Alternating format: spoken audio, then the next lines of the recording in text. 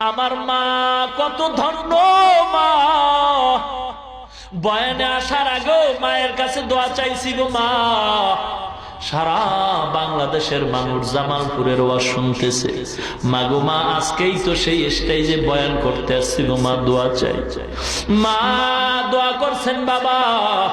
আমি বলি মা আপনাদের মতো মা বড় ধন্য মা, সারা দুনিয়ার মানুষ সম্মান করে গো মা। একটু দোয়া করবেন আল্লাহ যেন ইখলাস অন্তরে রাখে, অহংকার যেন অন্তরে ঢুকানোর সুযোগ না পায়। এ জামালপুরের মা বোনেরা গো, মাইকের আওয়াজ কি চায় না? বিন্দু বাবাজিরা গো, মনটা কি চায় না তুমি একজন আলেমের বাবা হইবা, হাফেজে কোরআনের বাবা হইবা? রমজান মাসে তোমার সন্তান হাজার হাজার মানুষকে তারাবি পড়াইবে, খতমে তারাবি। ওই মহিলা দোয়া করে, আল্লাহ তুমি আমার সন্তান যাও দিছো, ওর বাবা নিয়ে গেছো, এখন আমি কেমন করে সন্তানটারে আলেম বানাবো? কপাল পুড়ে গেছে, টাকা নাই পয়সা নাই, কেমনে সন্তান আলেম হবে? মা গরিব, টাকা নাই পয়সা নাই, অন্যের বাড়ি কাজ করিয়া মা কিছু টাকা পাইয়া পেট বাঁচায়, সন্তানেরও বাঁচায়।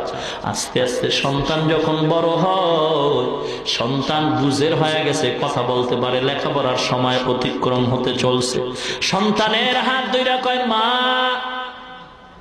আমার বুক ভরা আশা আমার পূরণ হয় নাই গো সন্তান, আমার আশা ছিল আমি তোমার হাফেজ বানাবো, আলেম বানাবো, না না তোমার বাবা নাই, আমি গরিব, অন্যের ঘরে কাজ করে জীবন চালাই, যাও তুমিও নাই না যাও, অন্যের বাড়ি যদি কোনো কাজ পাও কাজ করে পেট বাঁচাও, কিন্তু আমার কাছে আর রাখার সুযোগ নাই, লেখাপড়া করানোরও সুযোগ আমার হবে না।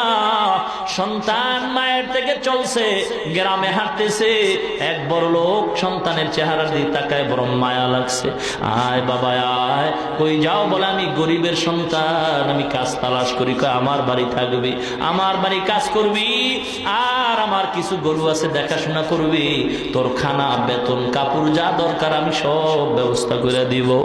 এতিম সন্তান ওই বাড়ির গরুর রাখাল হয়। বলবো ঘটনাটা বলবো? কাঁদাও না, গরিবের হক মাইরা বড় লোক হইছো, সাবধান সাবধান। বড় লোক গেট সাজাইছে, বড় খানার অনুষ্ঠান দুপুর বেলা, রোস্ট মুরগি, কোরমা, পোলাওয়ের ব্যবস্থা করছে। পাশের ঘরে রিস্কাওয়ালা ছোট্ট একটা ভাঙ্গা ঘরে দুইটা বাচ্চা নিয়ে থাকে, দাওয়াত দেয় না।